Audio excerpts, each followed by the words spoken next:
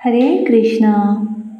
शनिर्वारे रविर्वारे संक्रान्तिं ग्रहणेऽपि च त्याजं न एकादशी राजन् सर्वदेवेति निश्चयः। অৰ্থাৎ হে ৰাজন, একাদশীৰ উপবাস পালন কৰাটো কেতিয়াও ত্যাগ কৰা উচিত নহয়।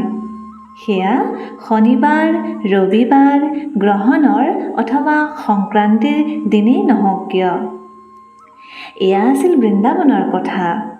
এদিন শ্ৰীমতী ৰাধাৰাণী তথা তেওঁৰ সখীসকলে কথা পাতি আছিল আৰু প্ৰত্যেক দিনৰ দৰে সেইদিনাও তেওঁলোকৰ চৰ্চাৰ বিষয় আছিল কৃষ্ণ। সেই সময়ত গোপীসকলে শ্ৰীমতী ৰাধাৰাণীক সুধিলে, হে ৰাধে, সত্য সত্য কোৱা, তুমি এনে কি যাদু জানা যাৰ দ্বাৰা কৃষ্ণ তোমাৰ প্ৰতি ইমান প্ৰসন্ন হৈ থাকে? এই কথা শুনি ৰাধাৰাণীয়ে উত্তৰ দি ক'লে, শ্ৰীকৃষ্ণস্য প্ৰসাদাৰ্থম কুৰুতে একাদশী ব্ৰতম তেন অৱশ্য হৰি সাক্ষাৎ ভবিষ্যতি ন সংশয়ঃ। অৰ্থাৎ হে গোপীসকল, যদি তোমালোকে ভগৱান শ্ৰীকৃষ্ণক প্ৰসন্ন কৰিব খোজা তেন্তে একাদশী ব্ৰত পালন কৰিবা। ইয়াৰ দ্বাৰা তেওঁ নিশ্চিতৰূপে বশীভূত হৈ পৰে, ইয়াত কোনো সংশয় নাই।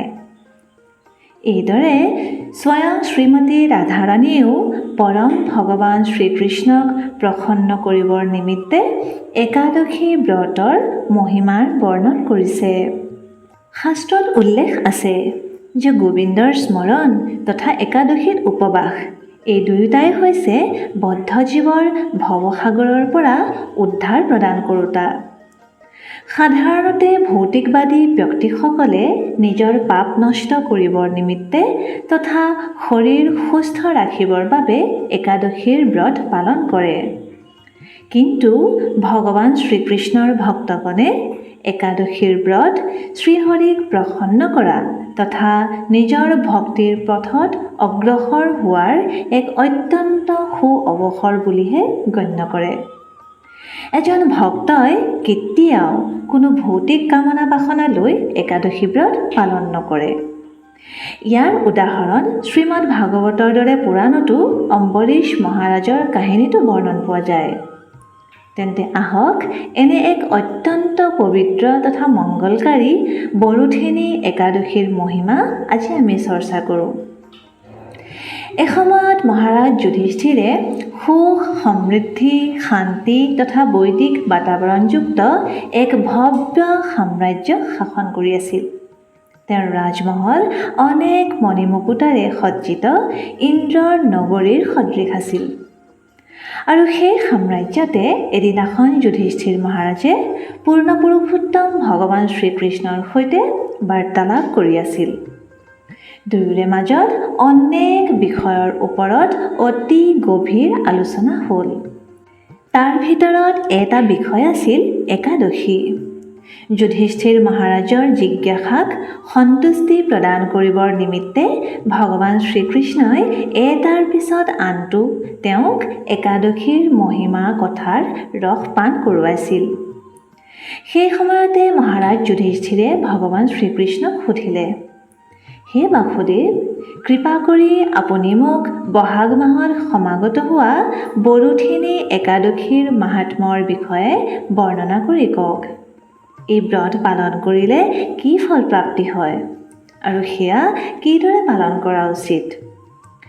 যুধিষ্ঠিৰ মহাৰাজৰ প্ৰশ্ন শুনি মদন মোহন শ্ৰীকৃষ্ণই ক'লে, হে ৰাজন, এই একাদশী হৈছে শুদ্ধ জীৱন প্ৰদান কৰোঁতা তথা সমস্ত পাপৰ নাশ কৰোঁতা। এই ব্ৰত পালন কৰিলে ব্যক্তি জন্ম মৃত্যুৰ চক্ৰৰ পৰা মুক্তি লাভ কৰি ভাগৱত ভক্তি লাভ কৰে। এই ব্ৰত পালন কৰিয়ে মহান ৰজা মান্ধাতাই মুক্তি লাভ কৰিছিল। এসময়ৰ কথা যেতিয়া ইক্ষ্বাকু বংশৰ মহান ৰজা আছিল ত্ৰিশংকু আৰু তেওঁৰ পুত্ৰৰ নাম আছিল ধুন্ধুমাৰ।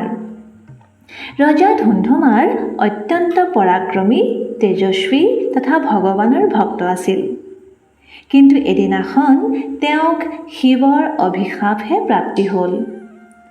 মহাদেৱ শিৱ এনেইতো আশুতোষ হয় তথা অত্যন্ত দয়ালু, কিন্তু ৰজা ধুন্ধুমাৰে শিৱৰ পৰা কোনো কাৰণবশতঃ অভিশাপহে লাভ কৰিলে আৰু ইয়াৰ পৰিণতিত তেওঁৰ কুষ্ঠ ৰোগ হ'ল। আমি সকলোৱে জানো যে কুষ্ঠ ৰোগৰ পৰা মুক্ত হোৱাটো বৰ এটা সহজ কথা নহয়। কিন্তু ৰজা ধুন্ধুমাৰে বৰুথেনী একাদশীৰ মাহাত্ম্য জ্ঞাত হোৱাৰ লগে লগে তেওঁ এই ব্ৰত বিধিপূৰ্বক পালন কৰিলে আৰু এই একাদশী ব্ৰত পালন কৰিয়ে ৰজা ধুন্ধুমাৰ কুষ্ঠ ৰোগৰ পৰাও মুক্ত হৈ তেওঁ পৰম আধ্যাত্মিক গতিও প্ৰাপ্তি কৰিলে। এই ব্ৰত পালন কৰিলে 10,000 বছৰ তপস্যাৰ ফল প্ৰাপ্তি হয় আৰু কেৱল সেয়াই নহয়, এই একাদশীয়ে সূৰ্যৰ গ্ৰহণৰ সময়ত কুৰুক্ষেত্ৰত 40 কেজি সোণ দান কৰাৰ ফলো প্ৰদান কৰে। তাৰ পিছত বৰুথেনী একাদশীৰ মহিমাৰ বিষয়ে কৈ ভগৱান শ্ৰীকৃষ্ণই যুধিষ্ঠিৰ মহাৰাজক দানৰ বিষয়ে এক অত্যন্ত ৰোমাঞ্চকৰ ৰহস্য ক'লে আৰু সেই ৰহস্য আছিল এয়ে যে অশ্বদানতকৈ শ্ৰেষ্ঠ হৈছে গজদান। গজদানতকৈ শ্ৰেষ্ঠ যদি কোনো ব্যক্তিয়ে ভূমি দান কৰে তেন্তে সেয়া শ্ৰেষ্ঠ বুলি গণ্য কৰা হয়। ভূমিদানতকৈও শ্ৰেষ্ঠ দান তিলৰ দান বুলি কোৱা হয় আৰু তিলৰ দানতকৈও শ্ৰেষ্ঠ যদি কোনো ব্যক্তিয়ে স্বৰ্ণ দান কৰে আৰু স্বৰ্ণদানতকৈও অধিক শ্ৰেষ্ঠ দান হৈছে অন্নৰ দান দিয়াটো। অন্নদান কৰিলে ব্যক্তিৰ সমস্ত পূৰ্বপুৰুষ, দেৱতা তথা সমস্ত প্ৰাণী প্ৰসন্ন হৈ পৰে। বিদ্বান লোকসকলে কন্যাদানকো অন্নদানৰ সমান বুলিয়ে গণ্য কৰে। কিন্তু এতিয়া ভগৱান শ্ৰীকৃষ্ণই সবাতোকৈ গূঢ় ৰহস্যটো উদ্ঘাটন কৰি কয় যে যদিও অন্নদানক মহান দান বুলি কোৱা হয়, কিন্তু অন্নদানতকৈও শ্ৰেষ্ঠ হৈছে বিদ্যাৰ দান। হয়, সেইবাবে আমাৰ ইস্কন সংস্থাৰ প্ৰতিষ্ঠাপক আচাৰ্য শ্ৰীল প্ৰভুপাদে কয়, সবাতোকৈ মহান দান তথা সমাজ সেৱাৰ প্ৰবৃত্তি হৈছে মনুষ্যক ভগৱান তথা তেওঁৰ সৈতে থকা সম্বন্ধৰ বিষয়ে জ্ঞান প্ৰদান কৰাটো। আৰু সেইবাবে আজি ইস্কনৰ সকলো মন্দিৰত তথা কেন্দ্ৰবোৰত হাজাৰ হাজাৰ তথা লাখ লাখ ভক্তৰ দ্বাৰা ভগৱদ গীতা তথা ভাগৱতৰ জ্ঞান প্ৰদান কৰাৰ সেৱা যজ্ঞ হৈ আছে, যিটোৰ দ্বাৰা বৰ্তমান সময়ত বহু লোকে লাভান্বিত হৈছে আৰু নিজৰ জীৱনৰ পৰম লক্ষ্যৰ দিশলৈ অগ্ৰসৰ হৈছে। যুধিষ্ঠিৰ মহাৰাজৰ সৈতে নিজৰ সংবাদ আগবঢ়াই ভগৱান শ্ৰীকৃষ্ণই শাস্ত্ৰৰ আৰু এক ৰহস্য উজাগৰ কৰিলে। ভগৱানে ক'লে যে যি ব্যক্তিয়ে নিজ পুত্ৰীৰ ধনত আশ্ৰিত হৈ থাকে তেওঁ সম্পূৰ্ণ ব্ৰহ্মাণ্ড জলমগ্ন হৈ থকালৈকে নাৰকীয় স্থিতিত কটাবলগীয়া হয় আৰু যি ব্যক্তি নিজ পুত্ৰীৰ বিবাহ কৰোৱা সময়ত দৰাৰ পক্ষৰ পৰা ধন গ্ৰহণ কৰে তেওঁ পৰৱৰ্তী জন্মত মেকুৰীৰ শৰীৰ প্ৰাপ্তি কৰে।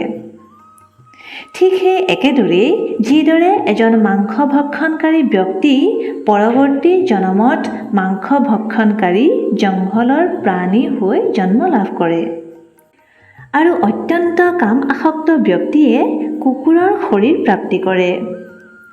যি ব্যক্তিয়ে নিজৰ শৰীৰৰ অংগসমূহ প্ৰদৰ্শন কৰে আৰু কম বস্ত্ৰেৰে নিজৰ শৰীৰ ঢাকে তেওঁ পৰৱৰ্তী জন্মত বৃক্ষৰ শৰীৰ প্ৰাপ্তি কৰে। ভগৱানে আৰু ক'লে, কিন্তু ইয়াৰ বিপৰীতে যি ব্যক্তিয়ে নিজৰ কন্যাক আভূষণেৰে সুসজ্জিত কৰি বিবাহৰ সময়ত নিজ কন্যা দান কৰে তাৰ ফলত যি ফল প্ৰাপ্তি হয় সেয়া যমৰজাৰ মুখ্য সচিব চিত্ৰগুপ্তয়ো বৰ্ণন কৰিব নোৱাৰে আৰু সেই ঠিক একেই ফল বৰুথেনী একাদশীৰ ব্ৰত পালন কৰিলে অতি সহজে প্ৰাপ্তি ঘটে।